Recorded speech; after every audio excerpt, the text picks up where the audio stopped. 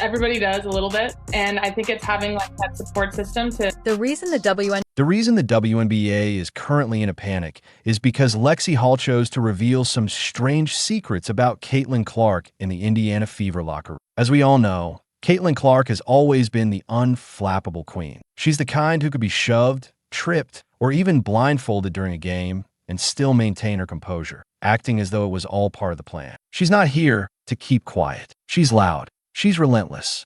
And she's tired of seeing her teammates and best friend be the targets of foolishness. So she's exposing everything. Every bullying incident, every humiliating moment, and all the insane antics that have managed to remain secreted up until this point. And as everyone is aware, the Indiana Fever season began as a complete catastrophe. One victory, 8 terrible losses, which is nightmare territory for any team, but for the Fever with high hopes, it seemed like a full-blown crisis. You could practically feel the tension in the locker room as everyone wondered how a team with so much promise could fall apart so quickly. Fans and players alike were preoccupied with the same question. Could they even recover from this mess? When discussing the days when the locker room was in disarray, Lexie Hall, who is now a vital component of the team's comeback, didn't hold back. Players were mentally and physically exhausted, always on edge and on the verge of breaking. But despite all the stress, there was an underlying sense that they were better than what their record indicated. This wasn't blind optimism, but rather a gut-level belief buried beneath layers of frustration.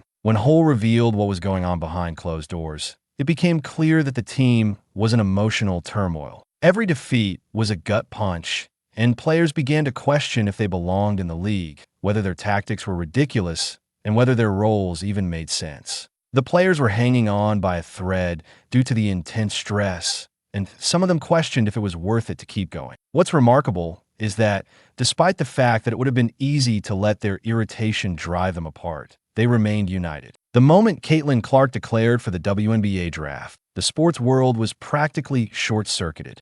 Fans who had already witnessed Clark tear it up on the college courts lost their collective minds when the Fever snagged the #1 pick. Suddenly, social media went from barely whispering about the Fever to full-blown fever pitch. They made the impossible decision to trust one another and refuse to point fingers, which set the stage for the turnaround no one saw coming when they stood together. The preseason ticket sales were initially laughable, but by the time Clark actually entered the Fever's facilities, they had risen like they had been blasted out of cannon. Instagram was overflowing with fan art and jubilation, and Twitter was a frenzy of Clark to the Fever postings. On April 10th, 2012, the Gainridge Fieldhouse was packed with thousands of fans who were going crazy just watching Clark get selected on a screen Fever pun that was absolutely intended had never been more real. The atmosphere was buzzing like someone had left a stadium-sized amplifier on full blast. The team wasn't just getting attention. It was like a blockbuster movie premiere draft night.